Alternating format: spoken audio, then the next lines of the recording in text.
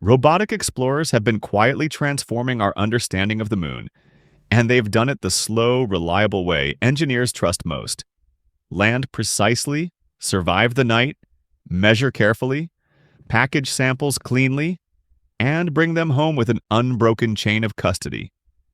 What those machines have revealed is not a dead world, but a complicated thermal story written across two very different hemispheres. A record of volcanism that overstayed our expectations, and a set of resources, bound water and minerals, volatiles trapped in glassy grains, and useful elements dispersed in the dust, that can be turned into air, propellant, and structural material if you come prepared. The moon isn't a postcard, it's a job site. Treat it like one and it becomes legible.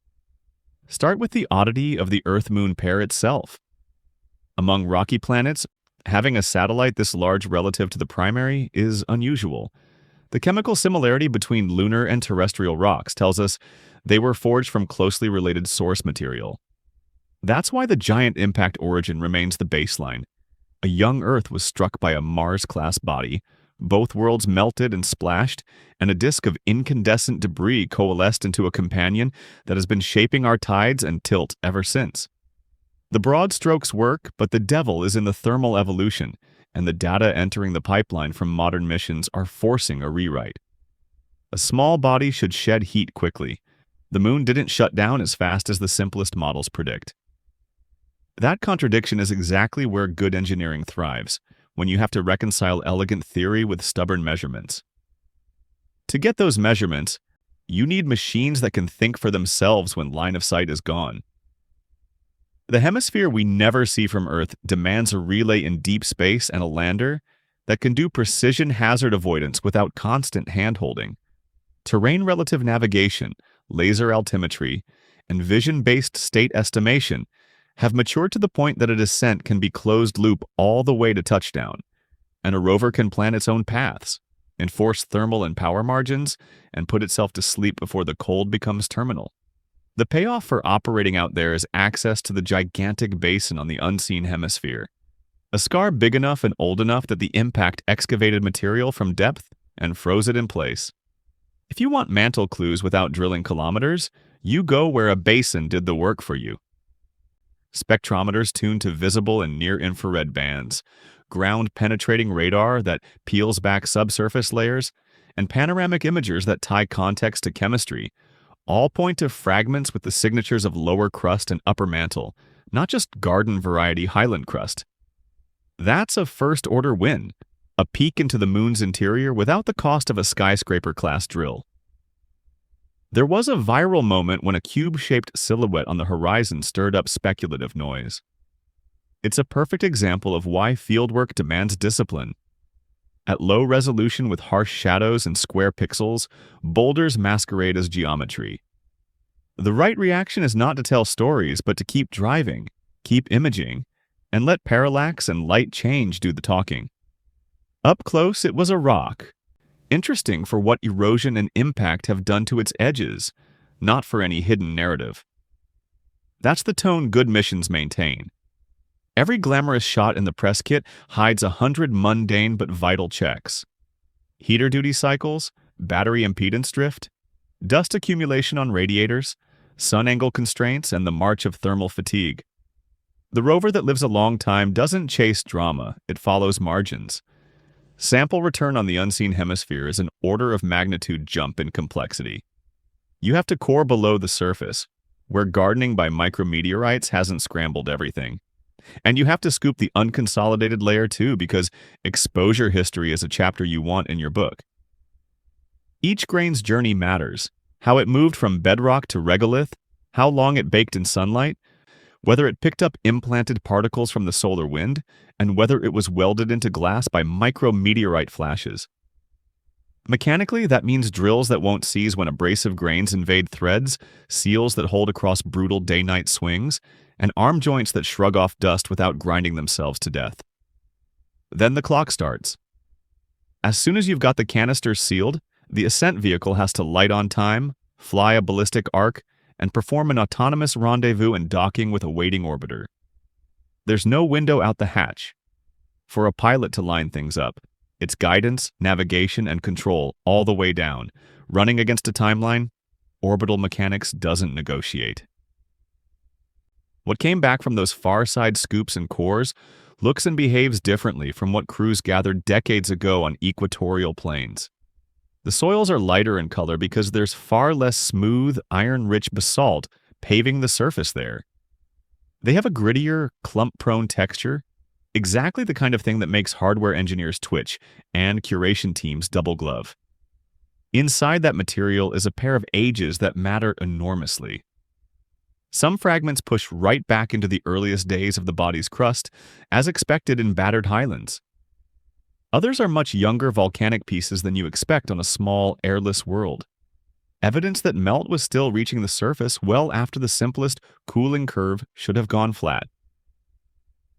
The most straightforward synthesis is hemispheric asymmetry baked deep into the interior. A crust that's thinner over one hemisphere, heat-producing elements concentrated unevenly, and the lingering effects of basin-forming impacts and their antipodal consequences. A world that didn't cool like a single sphere, but like two halves that kept exchanging heat and trauma. The near side tells a complementary story. Uncrewed landers targeted volcanic domes where lava oozed rather than erupted, a style of construction that builds broad, low swells instead of conical peaks. Drills cored a meter down, scoops gathered loose finds, and the sealed canisters came home to quiet labs where geochronology anchored the timeline. Those ages fill a gap that had nagged for decades, confirming that volcanism persisted surprisingly late. That matters for interior models and it matters for operations. The longer a body stays warm inside, the more time it had to move volatiles around, the more opportunities you have for mineral phases that trap water or other useful molecules, and the more you can expect stratigraphy that rewards careful mapping instead of brute force digging. Tucked inside the near side hall was a mineralogical surprise, a previously unrecognized phosphate crystal, clear and colorless under the microscope, that refines constraints on melt chemistry and cooling. In a world where every gram of sample is precious, one new lattice is not a curiosity. It's a calibration point. It tells you about the redox state and the trace element environment at the moment, a droplet of melt locked into place. Minerals like that are also context for the broader story of useful isotopes, implanted into surface grains over eons by solar wind. There's a lot of loose talk about future energy systems powered by helium-bearing dust. The engineering reality is simpler and more sober. If you want to extract any implanted volatile from regolith, whether that's helium or something else, you heat the material, capture the outgassed species, and separate them. The moon offers the raw feedstock by virtue of its exposure and its lack of an atmosphere. Turning that into something you can plug into an economy requires industrial plant, consistent power, and a level of reliability on a world where the day is 2 weeks long and abrasive dust infiltrates everything. It's a long-range play, not a short-term trick. If you're planning for nearer-term utility, you look for water, and you look for it in more than one form. The assumption for years was that any significant ice would hide in places sunlight never reaches. Deep polar shadows so cold that molecules stick around for geologic time. That's still true and still attractive, but recent returns add 2 other reservoirs that widen your options. First are the tiny glass spherules manufactured in place when micrometeorites flash melt the surface.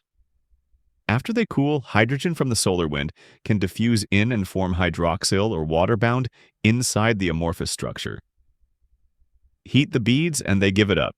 It's not a lot per particle, but there are a lot of particles.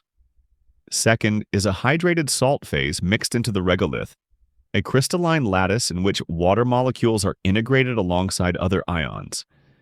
This isn't ice frosting a grain. It's water built into the mineral itself. That changes logistics. Hydrated salts mean you can find chemically bound water outside of permanent shadows, which gives you flexibility in siting for power and communications. You can place your first habitat where the sun skims the horizon and runs almost continuously, or on a lava plain where landing is straightforward, and still plan to harvest water from the local soil with heat and pressure rather than hauling it across a crater. The usual question when you announce water on the moon is contamination. The only correct way to answer that is with process. Modern sample systems are designed like spacecraft inside a spacecraft. Paths from scoop to canister are minimized and instrumented. Seals are certified against outgassing. Canisters are baked, purged, and monitored from sealing to opening. Recovery crews work in controlled atmospheres. On the back end, isotope ratios, the subtle signatures in hydrogen and chlorine, are read against reference distributions that distinguish between laboratory air, terrestrial fingerprints, and solar wind products. When the numbers point away from contamination and toward a lunar origin, they don't do it by faith. They do it because every handoff was documented and every escape route for doubt was closed. Peel back up to the hemispheric map and you see why the two faces look so different, even though they receive the same sunlight over time. One hemisphere carries broad seas of basalt, smooth, iron-rich flows that filled giant basins and spread far beyond their rims. The other hemisphere is dominated by ancient highlands, lighter, more anorthositic terrain peppered by countless craters. Crustal thickness is part of the story. Thinner lithosphere is easier to breach, so melts find paths to the surface. Heat-producing elements concentrated unevenly are another part. Radiogenic decay tucks slow-burning heaters into some provinces and starves others. The history of big impacts ties it together. When a basin forms, it fractures the crust and redistributes heat, and antipodal focusing of seismic energy can rearrange structure half a world away. You don't get this kind of asymmetry from a uniform freeze. You get it from a messy, coupled interior that refused to behave like a textbook cooling sphere. Missions learn hard lessons by breaking things on paper before they break in flight.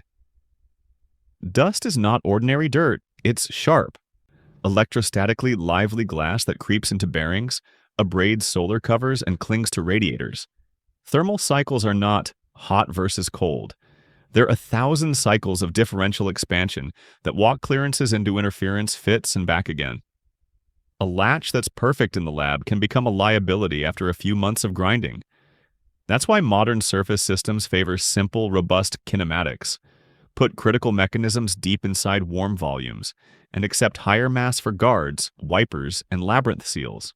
Night is not an off state. It's a survival mode with heater budgets that must be forecast days in advance. And it's the reason systems go down for planned hibernation long before the sun sets.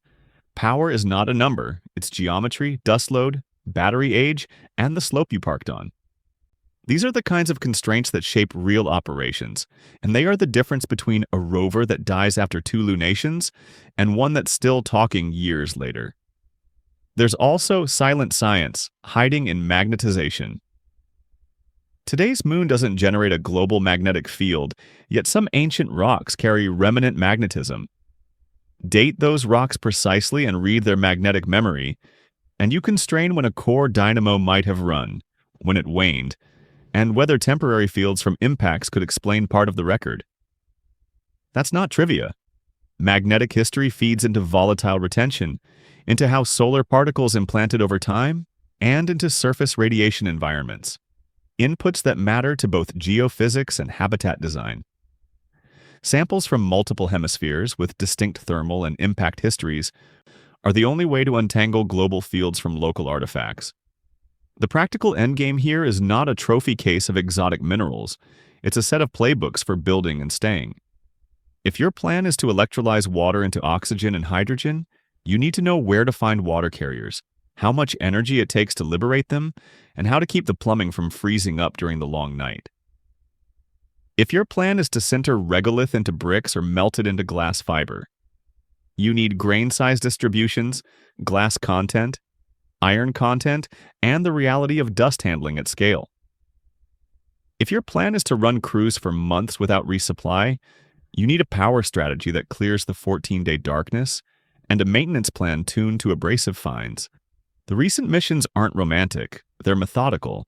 They've also quietly become the seed stock for in-situ resource utilization that turns the surface into a supply chain instead of a photo background. If you've been told the unseen hemisphere is dark, update that lexicon. Both sides see the same sun. It's dark only to our eyes on Earth because the rotation is locked. If you've been told the body is a fossil, geologically dead, refine that too. Dormant is more accurate, and its long tail of volcanism, along with the asymmetry of its interior, has lessons that travel to other airless worlds. The processes at work here, impact excavation, uneven heat distribution, radiogenic pockets, surface exosphere cycling of volatiles, are the same ones that will govern small bodies everywhere, from the planet closest to the sun to rubble piles farther out. The human payoff to this robotic discipline is a future base built on measurements instead of wishful thinking. Picture a habitat sited on high ground where sunlight is nearly constant, tied to a field plant that bakes water from glass beads and hydrated salts, cracking it into breath and fuel. Picture farm modules where thermal loops use locally produced water as a heat sink, and oxygen pulled from regolith augments life support. Picture structural panels printed from sintered soil and glass fiber, drawn under low gravity for cables and pipes. None of this is science fiction if you respect the environment you're building in and you design to the numbers the machines bring back. The same data that tell you a basalt erupted 2 billion years ago will tell you whether your solar array needs a dust mitigation system and how often you have to cycle your bearing wipers. So connect the dots correctly. A clear crystal in a thin section is not a footnote. It's a constraint on melt history. A spectrum that shows bound water is not an anecdote. It's a logistics node. A radargram that reveals subsurface layers is not just pretty. It's a map for where to trench and where to avoid. A rover that shrugs off another dawn after a night of brutal cold is not a mascot. It's proof your design margins were honest. The most valuable discovery so far is not a single mineral or a single date. It's the realization that we were trying to generalize from a narrow slice of equatorial plains, and that the other hemisphere, the older basins, and the younger domes were holding the rest of the story all along. With robots that can land precisely, live prudently, and bring samples home intact, we finally have the chapters we were missing.